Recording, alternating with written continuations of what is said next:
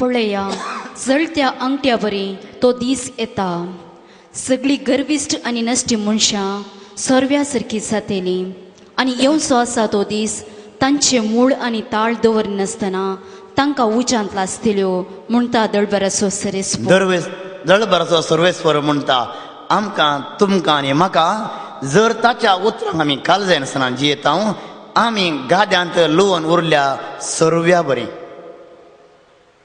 आजकाल गाद्यांत भात लुवनांत पयलें लुवल्या बरी पुरे मेशिनांत पयलें लुवता आसतना इल्लो सोरवो सोडटलें हांव आनीक तो उपरांत बुड्डून गोट्याक घालतलें हांव जें कितें बुड्डूंक आनी जायना तो थंयच उलपायतलें हांव आनी ताका गाद्याक ईट जातालो आतां मेशिना मुखांतर लुवता आसतना अर्द्याक अर्दें थंयच अर्दें गाद्यांत अर्दें घरांत सर्वो एकच गोट्याक नाटल्यार गोबोर जावंक तुमची आनी म्हजी गत अशी जावंक खंडीत जावन देव अपेक्षना सर्व जावन गोबरच जावन नाश जावच्या खातीर आमकां खंडीत जावन ताणें रसूं ना भावनांनी मेळ्ळो ताणें रचना ताच्या महिमे खातीर ताका तुवें आनी हांवें आमच्या जिविता मुखांतर होगलीक दिवच्या खातीर तुजें आनी म्हजें जिवीत देवाचें हाजारपण दाखोवच्या खातीर तुज्या आनी म्हज्या मुखांतर देवाचें राज्य स्थापन जावन तें मुखार सरच्या खातीर ताणें आमकां रचलां तर तुका आनी म्हाका देव खंडीत जावन नाश करच्या खातीर न्ही देवान आमचो इतलो मोग केलो तो मोग ताणें खार्या रुपांत दाखयलो ताच्या पुता जेजूक ह्या संवसारांत धाडच्या मुखांतर जो आमचो वांजेल 3रो अध्याय 16वी आनी 17वी वळ देवान संवसाराचो असोय मोग केलो देवान संवसाराचो असोय मोग केलो कसो केलो ताणें आपल्या एकल्याच पुताक ताच्या एकल्याच पुताक ह्या संवसारांत धाडलो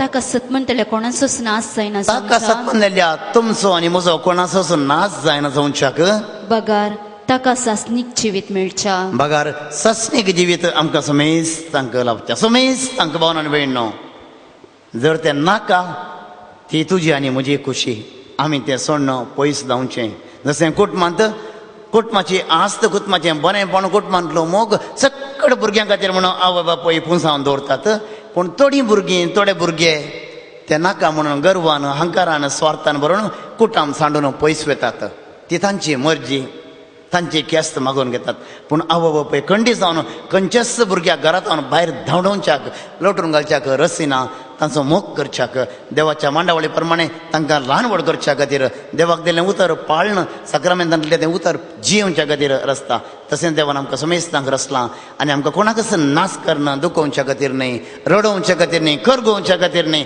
भावनांनी म्हणून तुका आनी म्हाका रुपांतर करून सुबीत करच्या खातीर 17वी वळ कितें म्हणटा कित्याक देवान आपल्या पुताक संवसाराक धाडलो देवान आपल्या पुताक संवसाराक धाडलो कित्या खातीर संवसाराची नीत करच्याक न्हय संवसाराची नीत करून तांकां नाश करच्या खातीर न्हय बगार ताचे मारिफात संवसाराची सोडवण जावच्या संवसाराची तुमची आनी म्हजी समेज तांची सोडवण जावच्याक आनी ह्याच खातीर आपणाकच ताणें विस्तारलो त्या रुखाटाचेर आपणाकच ताणें सोडलें खेळावंक त्या क्रूर कुर्साचेर पूण भावनांनी बेण्णो ताचें एकच योजना तुवें आनी हांवें जियें जाय तुवें आनी हांवें देवाचें निस्वरूप जावन जियें जाय तुज्या आनी म्हज्या काळजांत उमाळा जाय वळा जाय त्यो जरी देवाच्या मोगाच्यो तर भावनांनी बेण्णो मालाकी पुस्तक 3रो अध्याय 20व्या वळेंत ताचें तें बरें खरें मैपासाचें योजन देव उगडापें करता आनी म्हणटा जो कोण ताका मानवून चलता जो कोणाच्या काळजांत देवाचो मोग वाडटा भावार्थाचेर विश्वास वाडटा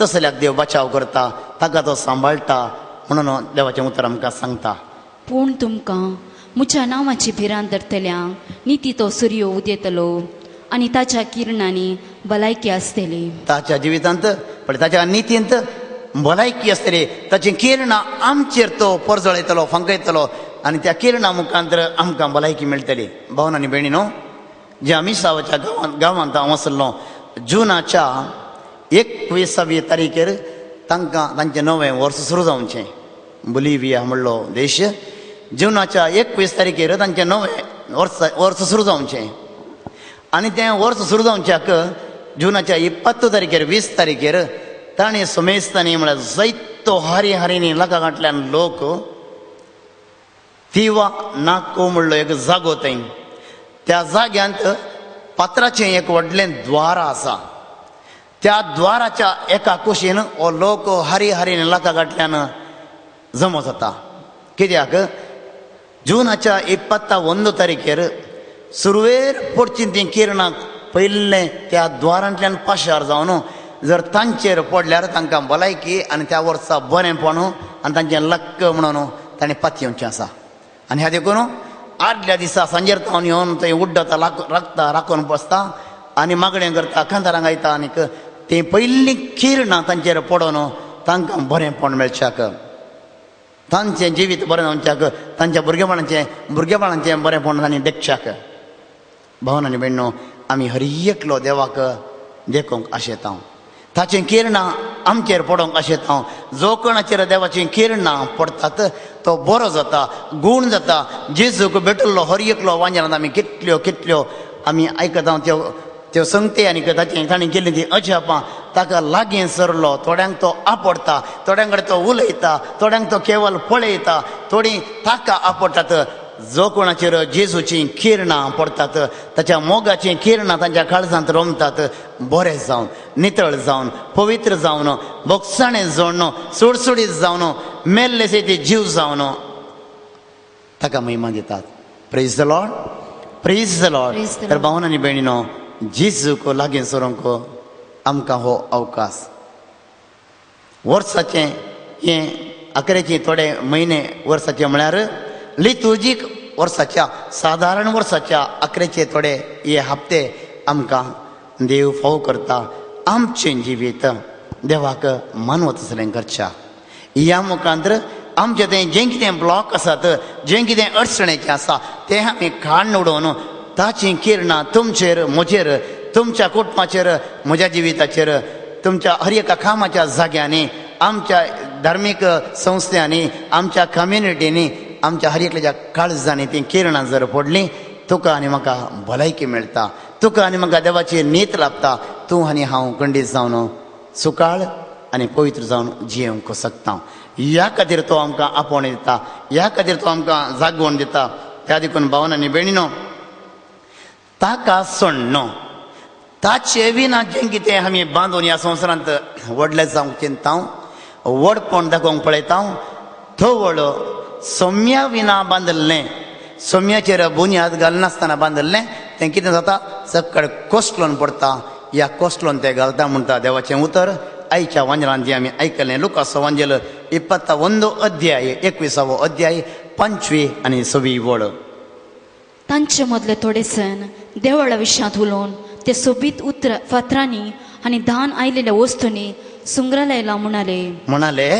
तो वळचेसून तांकां सांगले जेजून तांकां सांगलें कितें म्हळें तुम्ही देखतात त्या बांदपाचो फातर सयत उरासो ना पळया तुमी देखतात त्या बांदपाचो फातर एक उरासो ना तसले दीस येतले सकडी कोसलावन घालतले तसले दीस येतले आनी सक्कळे कोसलोन पडटले मुंबईंत मुकेश अंबाणीन एक व्हडलेंशें तें बिल्डींग बांदलां करोडा गांठल्यांनी ताच्या फाटल्यान खर्च केला कितल्यो माळयो तुमकां गळीत आसात कितलीं रुमां तुमकां गळीत आसात त्या घरांत कितें सगळें जाता पुरे पेपरांनी ते पायस करता तांचे ओडविकाय दाखोवच्या खातीर तांच्या भोंवतणी इतलें कोटें बांदलां आनी इतले गार्ड आनी इतले सेक्युरिटी आनी कितें कितें पुरे आसा आनी ह्या देखून ताची पातयणी वादळ येवन दी भुंयकांप जावं दी ताचें घर पडना म्हणलें ताचें बगाप आनी देवाचें उतर म्हणटा पळया आमचें घरां आमची रावळेरां सोबीत पात्रांनी आनी हेर संगतेन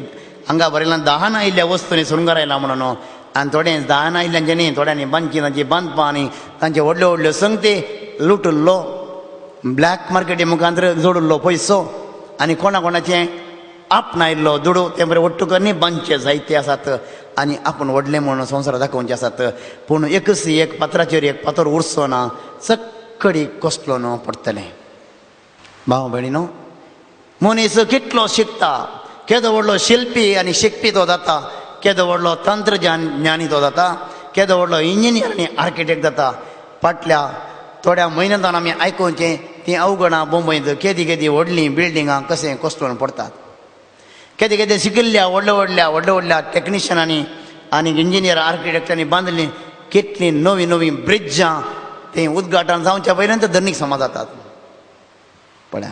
तर तुवें आनी हांवें खंयच्या विशयांत गर्व दाखोवचें?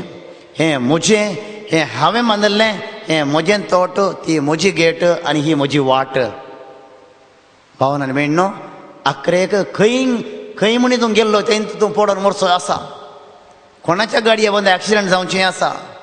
खंय आसल्या कडे तुका हार्ट अटॅक जावचें आसा. तुवें उबारलें बांदलें सगळें कोणाक जातलें. आखरेक आमकां मेळचें कितें? ती एक ल्हानशी पेट. आनी त्या पेटेंत तुवें उबारलें कितें येता तातूंत? तुज्या बिल्डिंगाचो एकच एक पातोर तातूंत ना. भाव भयणीनो, आमी केल्लें, आमी जोडुल्लें खंयचेंच आमकां भद्रती दिना, आदार दिना. केवल त्या सोमी मात्र, तो सोमी मात दिवंक शकता. सगळें कश्ट लावन पडटलें म्हणटा. तर भावन आनी भयणो, देवाक लागीं सरता आसतना आमची नदर आमी बांदलेल्या बांदपाचेर, आमी जोडल्या डिग्र्यांचेर, आमी न्हेसिल्ल्या मुस्तायकेचेर, आमी सुरंगारांच्या त्या भांगार शिंगराचेर, आमचें आसा त्या बँकाच्या एकावंटाचेर, थंय हांगा बसून आमी सुशेगाद जियेतलो, बरोवंक नासतलो ना. खंयचेंच आमी केल्लें, आमी बांदल्लें शाश्वत उरना. भावन आनी भयणो, कितली सुबीत कूड तूं जिम्माक वचो आनी कितें खावन ती सुरंगाराय आनी सोबाय तातूंत सडय, पूण ती खंयचीच बरी उरना. सकडी कुसचेंच. जें कितें उरता देवाचें स्वरूप आनी काळजांत ताच्या नांवान जोडचें तें बरेंपण, तो मोग, ती इल्ली सेवा, हेरांक दाखोवची इल्ली दया. उरलें सकट कश्ट लावन पडटलें. ताच्या उपरांत आमी आयकत हांव लुकाचो वंजेल 21 अध्याय 8वी वळ. तो वळ जेजू तांकां सांगी लागलो, कोणीय तुमकां फासयन अशें सत्राय करा. सत्राय घेया. 7 जण मुचे नांव येतले आनी हांवूच तो आनी नम्यारलो वेळ लागीं पावला अशें म्हणटले. तुमकां बेश्टायतले. हांवूच तो नम्यारलो वेळ लागीं पावला. तुमी बेगीनच बदल जाय. कितें एकावंट बिकावंट सेटल करूंक सेटल करचें. कोणाचें बाकी आसा, बाकी असलें दी जाय, तशें करचें, अशें करचें. आमकां बेश्टायता. भावना भयणो, आजकाल उपजल्या जायते इगर्माचेंतले पंगड. मुंबईंत ग्रेस्ती एक कुटाम फाटल्या 2 हप्त्या पयलीं हांगा रेतेरेक आयली. एकच भुरगें, चेडूं भुरगें आनी मस्तसो बाय आनी शिकपांत भोवसो हुशार. वर्त्यान शिकप ताणें जोडलें. आनीक दुडू जायतलो आसलो आनी तांच्या कुटुंबाच्या सक्कड सांद्या मदें हें कुटाम आपूण व्हडलीं, आपणाक जायते समजणी आसा, समाजांत मान आसा आनी चेडवाची डिग्री हें सगळें चिंतून ताच्या विशयांत ओडपण चिंतून आसलें. 3 वर्सां पयलें हें सक्कड शिकोवन जावन कामाक लागच्या सुरवेरच चेडूं नीव लायपाक गेलें. नीव लायपाक वचून 1-1.5 वर्सां तूं आसलें. ताच्या उपरांत ताची तकली इल्ली पिशी जाली. आवय बापायक आपूण सक्कड कुटुंबाच्या हेर सांद्यांत हांव हेर कुटुंबाच्या की आपूण व्हडली म्हणलें एक गर्व, अहंकार आसलो. भावन आनी भयणीनो, पूण नीव लायपाक गेलें, तकलेंत इल्लें फिरवलें आनी ह्या मुखांतर आवय बापाय भावार्थांत जागी जालीं. तांचो दुडू आतां तांकां उपकारलो ना. तांचें नांव कामाक पडना. कित्याक? तकलेंत सोमानांतल्यार नांव कित्याक? पळय, धांवन आयलीं रेतेरेक देवाच्या पांयां तळा. तुजी डिग्री, तुजें व्हडपण, तुजो दुडू खंयचो तुका भद्रती दिना. भावन आनी भयणो, थंय तुका भद्रती मेळटा, न्यू लायफान मेळटा, आनी खंय लायफान मेळटा म्हूण तुका आपयतात. तुजें लायफच पाड करतात, विबाडतात. न्यू लायफ न्ही, खरें नवें जिवीत दिता आमचो स्वामी एकलो मात्र. Praise the Lord, praise the Lord. दुसरे सकट तुमकां आनी म्हाका आमकां बनावचें तें हांगा येया. हांव तुमकां तें दितां, समाधान दितां, आनी कितें दितां? आखरेक इल्लो दुडू दिया, वसा. तुका खाली करचें तसलें न्यू लायफ न्ही. तुजें लायफ पोंताक धरणीक पावचें तसलें. पूण कितें प्रभादी, पथ्य नाकात. चेणे आसात, येणे आसात, सगळ्यांनी आसात, पथ्य नाकात. पथ्य आमी सोम्याक. कित्याक खरें लायफ ताचें लायफ दिवन ताचें जिवीत दिवन ताणें आपणाक सकाळीच्यान आमकां फाव केलें लायफ असल्या लायफाक तो आमकां समेस्त तांकां भावन आनी भयणो उलो दिता. पांचशे येवया आमी फाटीं ताचे लागीं येवया.